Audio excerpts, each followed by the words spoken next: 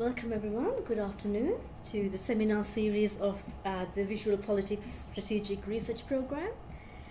It's an absolute pleasure to introduce our speaker, Professor Roland Bleiker of the University of Queensland, School of Political Science and International Studies.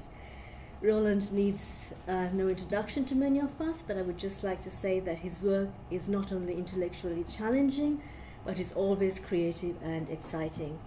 And whether this is in his contributions to international relations theory, social movement analysis, or theories of nonviolent social change. And today, Roland is going to be speaking or presenting the introduction to a forthcoming book entitled Visual Global Politics. So without further ado, Roland, over to you. It's a great treat. Thank you. Thank you so much, Heloise. And let me start off with a couple of apologies. First, when we put together the seminar program early this semester, we sort of assumed this is going to be a normal Wednesday and not the end of Western civilization.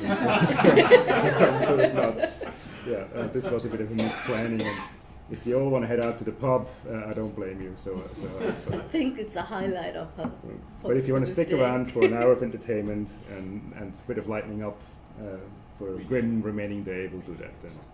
Though at the same time, in fact, the Trump phenomena is a big part of it is a visual phenomena as well. Like it's the visual performance of him, the visual sort of setup actually does play a huge role in it. So in that sense, it might be quite an appropriate performative sort of element in it. The second apology is that after a semester of really great presentations, this one is going to be a bit thin. But there's a couple of things I'm going to be compensating for, hopefully, so I won't ramble on too long. And for those of you who have time, I'm happy to shout around at St. Lucy's afterwards to compensate for that. So if you want to come along afterwards and have time, that would be lovely. Now, this is a topic I've been working on for almost 20 years on aesthetics, aesthetic theories, on visual stuff. And about 6-7 years ago, a colleague in the UK, Jenny Atkins, who is publishing a book series with Routledge on interventions, asked me if I could do something along these lines. A big edited book on visual global politics that surveys the material. I said, great, fantastic, I'll do that. I put a proposal together, I got refereed, I got a contract, and I told them, look, I've got so many other things on, I'm going to put that on ice, I'll deal with it a bit later, I'll just be in touch when I'm ready. Then about a couple of years ago, 2 years ago, I was at Warwick at a conference. I was listening to people, and then I was sort of shifting through flyers and stuff, and all of a sudden I see this glossy flyer about my book coming out in 3 months.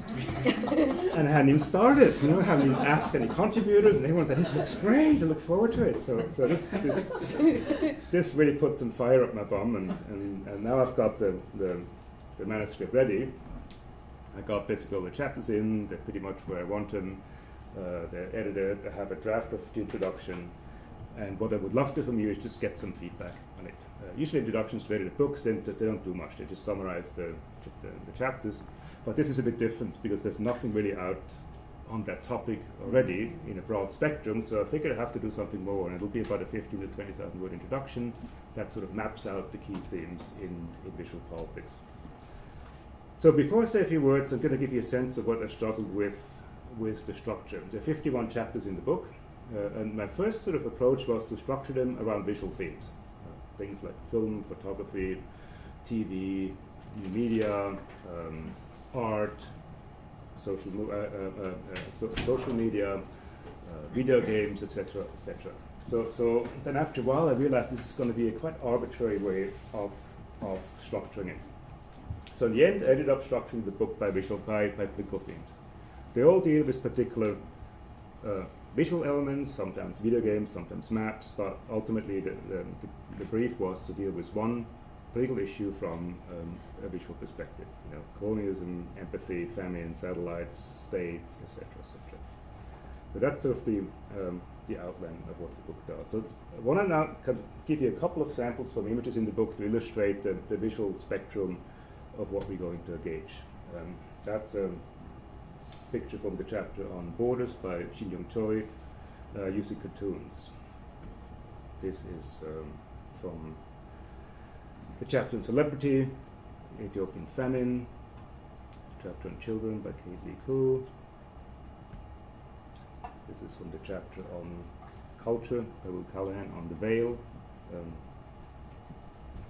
Chapter on diplomacy by Kostas Konstantinou on sort of a artistic remodeling of Holbein's famous painting, The Ambassador. This is from the chapter on face, Jenny Atkins. Face is in many ways a real crucial way of identifying or of depicting identity, so on, and something that's often a bit difficult to deal with. Chapter on climate, sort of cartoons. This is from the chapter on video games. In fact, the chapter on empathy, which interestingly enough is done by Nick Robinson through the theme of war video games, which have a real fantastic way of actually generating empathy. They're much more critical than commonly assumed. This is the chapter by Sally Butler on indigeneity, photographs by Michael Cook. In fact, there's several ones at the Art Museum at the moment. They're fascinating. They're really kind of critical visual engagements with Australia's history of colonialism, of repopulating sort of colonial spaces. And I might actually use one of these photographs for the cover of the book. Chapter on compassion fatigue by Susan Miller, and the idea that the more we are confronted with suffering, at some point we turn off and look elsewhere. Chapter on identity from Eva Neumann to monuments, from chapter on human rights, James Levinsky dealing with early depictions of torture and slavery that really played a key role in rallying the public against slavery in a visual way.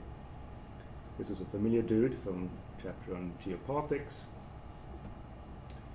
This is from a chapter on rape from Ariela Azulay that dealt with sort of the immediate occupation of Berlin after the war and how rape was widespread but not documented, not photographed. So he talks about untaken photographs of rape. So he takes photographs, he looks at photographs that kind of suggest the context of rape and talks about that.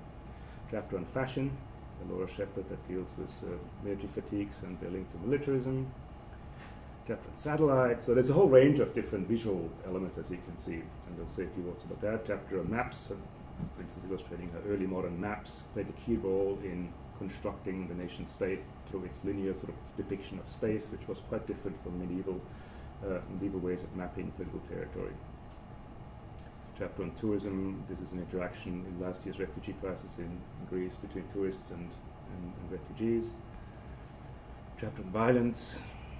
Speaking of the US and its problematic history today. And that's a chapter on witnessing, or actually on post-witnessing. A photographer taking pictures at dawn of sites of the Second World War where a lot of people died. It's a chapter by Alex Stanchev, who very sadly died just a few months ago. A brilliant scholar. He was meant to come out here and join us, and the book actually will be dedicated to him. So that's sort of the range, and it's just some examples. There's 51 chapters, 2 or 3 images per chapters, and a big nightmare is copyright stuff. So this is just a couple of samples of what we're doing. So what I want to do now is basically flag the key themes in the introduction, and get a sense from you whether I miss out on something big, whether I misrepresent something, whether where I'm more or less on the right track. So I try not to ramble too much, and if I go more than 25 minutes or so, you should shut me off, Heloise. And but I just walk you through briefly the kind of stuff I struggle with. The first one is most of these images are visual images, photographs, maps, satellites, but there's also visual artifacts. Gillian is a person who works on artifacts and visual artifacts in various forms, textiles and so on.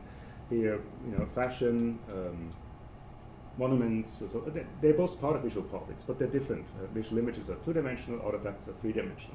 Artifacts don't usually travel, like this kind of instance here, but they also link. They have a similar visual dynamic, and artifacts sometimes travel through images.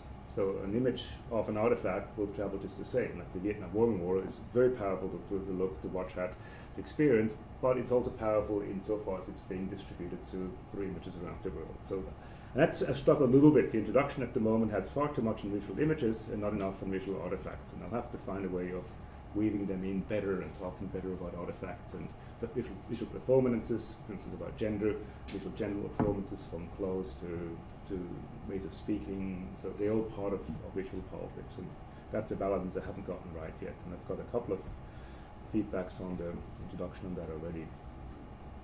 And the first couple of sections are just about highlighting why the visual matters. I talk about the visual turn. I have Tom Mitchell, a chapter in the book, and he talks of sort of the way in which the world has moved to the point where it's revolving now around visual images and the visual elements to an extent that's new. And the new thing is basically, the images has always been around, but the new thing is about the speed at which images circulate. You know, they circulate much faster than even 10, 20 years ago. And I've got chapters on the CNN effect by Piers Robinson. Seth Kempf has a chapter on digital media, so there's a lot of talk about how that changes. Also how images and the distribution of images have become more democratic. It used to be very few people, networks, and states had access to images and circulate them. Today, everyone can take a photograph, circulate them, and there's this blurring of the boundary between media producers and consumers. That's very interesting. Some talk of this being a democratization force. Others say actually it's not at all, because through various mechanisms, state control, algorithms, the circulation of images is still very much controlled by powerful actors. It also opens up opportunities for evil is the wrong word, but for violence images to circulate. Simone has recently given a talk in our program on the use of beheading videos and violence by Islamic State. Photos at Abu Ghraib and so on. So this is not necessarily good or evil, democratic, but it's a different dynamic. So I'll talk a little bit about that. And then I illustrate the power of images just through two examples. One is about icons. Of course, they're very important, they're very influential.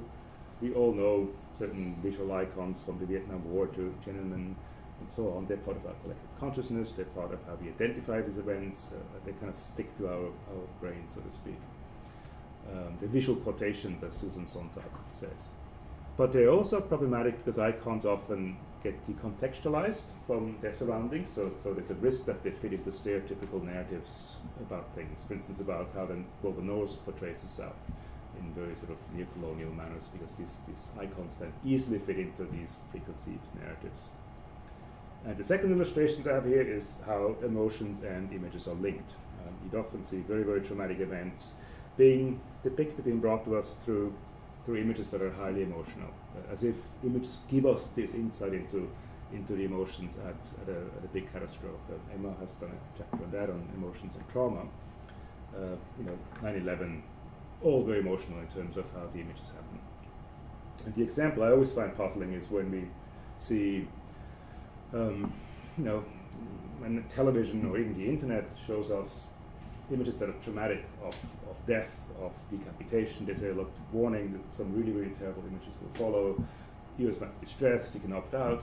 But we never get that before words. We never say, look, don't read the next page because you're going to have words that really depict absolutely horrible things. So why is it that we don't seem to get stressed by reading about torture, but by images of torture? Now, what is the difference between the visual and the verbal? And emotions are one of them. They really get to our heart, to our core, to our senses in ways that are really unique. That's the opening of the introduction, 3 sections. And then I want to step back and say, all right, how do we understand this politics of images? And one key issue is precisely what I've just mentioned, is that images work differently than words, by definition. That's their power. They communicate in non-verbal ways, and there's a clear difference between them. And yet, of course, we need words to communicate images, to make sense of them as scholars, but also to talk among us. So there's never be an excess, it's something that gets lost. And I think the challenge for scholars, writers, is to how to deal with that excess. And there's various ways of doing it. And there's massive discussions on whether images sort of work by themselves, but most scholars, and Tom Mitchell again is an example, they say images and words are always combined. There's nothing purely verbal and nothing purely visual. Even language, written words, there's a visual dimension to it. And we always verbalize images. Roland Bleiker spoke of the sort of image-text constellations. And I've done a bit of work on method on that the last couple of years in Essay in Millennium, where I sort of advocate a pluralist approach, methodological approach to images. The need to use a whole range of different methods, even if they're not compatible. From discourse analysis to surveys, from content analysis to psychoanalysis. In some sense, the idea of a book with 51 chapters is precisely to offer as many different takes as possible. I try to use a range of different scholars from different methodological backgrounds, theoretical backgrounds, to offer snapshots of visual politics that give us more than any one person can do on their own. So then I start digging more deeply into the politics of images. I have 3 sections on the politics of images. First one is that, and I use it illustrated by photographs, is that photographs seem to give us this odd illusion of the real. They give us a sense that we actually were there. You looked at these images of lynching and you can see these faces and you get a sense that you're witness to this event. It happened decades ago, but you can get a sense that this is really, really, really what happened. Because it's not like a painting, it's actually a visual simulacrum of the event. And there's this long history of sort of photojournalists meant to bring back authentic information about war, about things like that. Now, meanwhile, no one believes this anymore. The scholars know that photographs are political, but this illusion of authenticity plays a key role. But photographs deceive. Images deceive. Have you seen this? No? How would you describe color A and color B? Color A. Right? Color B? What if I told you color A and color B are exactly the same? This is like the dress thing. Yeah. They are exactly the same. It's definitely blue. The background, it looks as if all you do is put a bar in between. Mm-hmm. And you can even put like your finger like that. It's just you get deceived by the different backgrounds, but you just put your finger up across the middle out, and you'll find that A and B are exactly the same color. Wow, yeah. There's 10, 15 different, and I got that from an article in Nature, 10 different ways about how our visual accuracy is actually not as accurate as we think. The blue dress, there's chess pieces with different backgrounds, and literally you just find like, so that's sort of to say, look, we've got to be suspicious about images, what they tell us, how authentic they are, and I'll pursue that in different ways. So that's the first element, this illusion of authenticity, which we think we have to get rid of. Second one is that images always display aesthetic choices. It's always about what is inside the picture, and perhaps more importantly, what is outside. This is an image from the uprising in Libya from a few years ago. And unfortunately, I can't use it because the 2 photographers there, they refused to.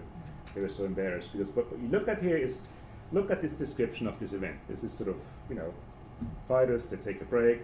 Most of them walk around, they chat, they smoke, And if you look at these 2 photojournalists, when you imagine what kind of picture ends up, say, at the front page of the New York Times, it's going to be a picture of 2 freedom fighters reading the Quran. That's the reality you see of that situation, which is completely a misrepresentation of that situation. It's not at all what's happening. But even though it's a perfect simulacrum, and it's exactly what we see, the politics is actually completely misrepresenting the entire situation. And that's with almost all images. There's always an inside and an outside. And several chapters in the book deal with that. Again, Ariela Azulai's chapter on taking photographs of rape. What happens if we don't see mass rape? What happens if we don't see massive human rights violation? Emma, David Campbell, and I, we work on humanitarian crises, and the types of crises get massive coverage, or natural catastrophes, refugee crisis, whereas famines, HIV/AIDS, health crises get no coverage at all, and they cause like 10 times more suffering than any of the other ones. So what happens? Or what happens to phenomena that are not easily visualized? I have a chapter on finance, for instance, by James Grasset. We can visualize finance. Yes, we can represent it with bankers in suits or with tsunamis and stuff, but that's not really getting to the nature of finance. It might be misrepresentative. Religion, Aaron Wilson talks about religion. We visualize them through religious buildings, through clothes, through people praying, but again, that's not really about what religion is. So democracy, there's a whole range of phenomena that are really difficult to visualize, and we visualize them through visual metaphors that often get us away from really understanding what the phenomena is all about. And then the third way through which politics is a politics of images is images always need to be interpreted. They never make sense themselves, they always only make sense in relation to other images. If we look again at this one here, to make sense of this image, you need to know something about what military camouflage means, what photojournalists do, a range of things about Libya, like without that knowledge it doesn't mean much. I gave a talk a few years ago in Heather Ray's class, talked about images, and we talked about iconic images, and I showed them a few iconic images, including the Tankman image of Tiananmen. most of us, we will know what that signifies, dissent, it signifies, protest against the regime. There were several Chinese students there. They had no idea, they'd never seen this image before. In China, it's censored, but they had absolutely no cultural knowledge to make sense of that icon. Whereas for us, it does. So almost every image is in that sense critical because it's linked to previous images, to a whole range of interpretations. I found fascinating in the chapter on satellites by David Shim is satellites images are often meant to be, you don't have to interpret it, they're meant to be realistic depictions of the soil. And they often use, Colin Powell used satellite images of weapons of mass destruction in Iraq to justify the invasion of Iraq. But satellite images, even though that actually was fascinating to read, they're not taken like normal because there's always clouds, there's always snow, so they're composed by about 10, 20 images taken over a 3-week period. Put together, Photoshop, like if you did that for a photo competition, you would say this is not valid, this is a Photoshopped image, this is compiled by different images. And yet, with satellites, they're meant to give us authentic, like policy-based kind of proof of politics. So in other words, the interpretation is important. Do you have a couple more minutes? Mm-hmm. The next issue I really tackle is images matter. No one doubts that. They play a huge role. But how do we actually understand images? How do we measure, so to speak, their impact? How do we go about it? And there's some instances where we can say, look, it's fairly obvious that images matter. Two recent examples are the torture pictures at Abu Ghraib, where it was basically pretty common that under the war on terror, the rendition program, there was torture going on everywhere. Amnesty had a massive report, and New York had a massive report, but no one really cared. There was no one gave a damn. And then all of a sudden, there were images of torture at Abu Ghraib, of American soldiers there torturing prisoners, and then everyone was outraged. There was this massive discussion, newspaper articles everywhere with the photographs of torture. And in that sense, it was not the knowledge of torture, we all knew what's happening. It was this confrontation, visual confrontation with the image of torture. And the other one is recent, is the picture of 3-year-old Alan Curley, the dead refugee last year, which really had, at least for a while, for 2 or 3 months, had massive discussions in Europe triggering on emotions. And we did a bit of research, and one thing that's interesting is right after the image of Alan Curley, in Germany, the term for refugee went up like crazy, the term for migrant stayed more or less put. And migrant is usually the derogative term to talk about refugees, but refugees is the more legitimate term. So there was definitely an outcry of more sympathy towards refugees, which meanwhile has completely gone, it's been completely reversed, but still for a while that was really interesting to see what kind of impact it has. But in most cases it's so much more difficult to measure impact. 9/11, for instance, let me go kind of understand that the dramatic impact of the visual dimensions of the towers being constructed, having had an impact on sort of fear in the US, on the war on terror, on the inside versus outside, good versus evil discourse, we can sort of understand, but to trace that in sort of causal terms is very difficult, using conventional social science methods of causality. So I sort of go back to, or I draw on primarily the work of Jacques Rancière and his political aesthetics to understand sort of impact not in causal terms, but in what Rancière speaks of the distribution of the sensible. How in every society we have a distribution about what is sensible or not, what is rational or not, what is feasible or not, what we see or not, what is possible or not. And he says this distribution is more or less arbitrary, but it's so well rehearsed that we kind of accept it as common sense. And images do that. They tell us what we see and what we don't. They tell us what is visible and what is not. And that sort of visibility, that shifts over time, but it actually plays a really, really crucial role in constituting how politics is acted out. And again, the examples in the chapters in the book illustrate that in a whole range of different ways. And I don't want to go into detail with it, but I can illustrate it a bit later on. Then there's the issue of images sort of, they seem to document the world. They're witnesses. Alex Sanchez talks of witnessing in some sense. They give us insights into how politics were at some stage, but they also actually do things themselves. The political forces themselves. Again, the images of Abu Ghraib, they actually triggered in a massive way discussions on torture. Terrorism, in many ways, is designed not just to kill people, but to kill people with a visual impact. to kind of project fear, to project a range of different dynamics, and Simone can talk a lot more about that, but there's sort of images do stuff in that sense. They don't just document, they're not just there to witness, they actually do stuff politically, and that's their politics. And the last section, I want to sort of stress that the visual, the aesthetic is neither good nor bad, not a progressive nor regressive. So there's lots of examples in the book where visual artifacts and visual images play a really dominant and sort of role of entrenching dominant values. For instance, what if we have to look at how images entrench stereotypical views that the global north has of the global south, of, you know, people incapable of running the economy, capable of agency. The chapter on development does that, projecting very neoliberal values of development. The chapter on children, the chapter on celebrity, they all sort of stress that this is really, they feed into a stereotypical neo-colonial version of depicting the world. Other examples as well. Gender, again, you know, the visual performance of gender, from the way we all forced to wear types of clothes that adhere to gender norms, the way we meant to talk to each other, etc., is very much part of a visual source of power that conditions how we feel about gender and about the interaction between gender. National identity and sort of national cohesion through maps, monuments, you know, military parades, borders, all perform and discipline to some extent questions of identity and nationalism. But there's also instances when visual politics uproots power relationships. You know, Stephen Chan in a chapter on colonialism looks at how photographs played a key role in raising early on kind of dynamics around the struggle against colonialism, decolonization, and so on.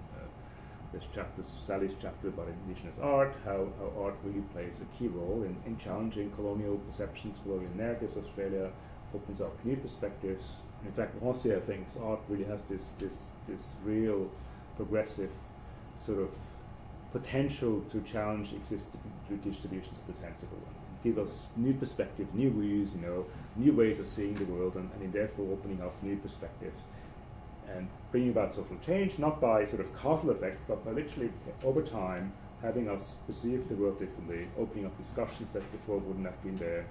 Discussions on torture, for instance, when there were no abilities to discuss torture, but the image of torture really managed to bring that about.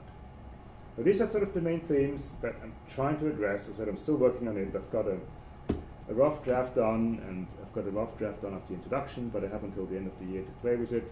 And so I want to sort of get some feedback and see what I need to do and what I can improve, whether I've missed any sort of big issues, whether you think I've misinterpreted things, whether I could emphasize this more, that issue, and yes, I would really appreciate any kind of feedback of any type, no matter how critical. The critical, the better. Thank you, Roland.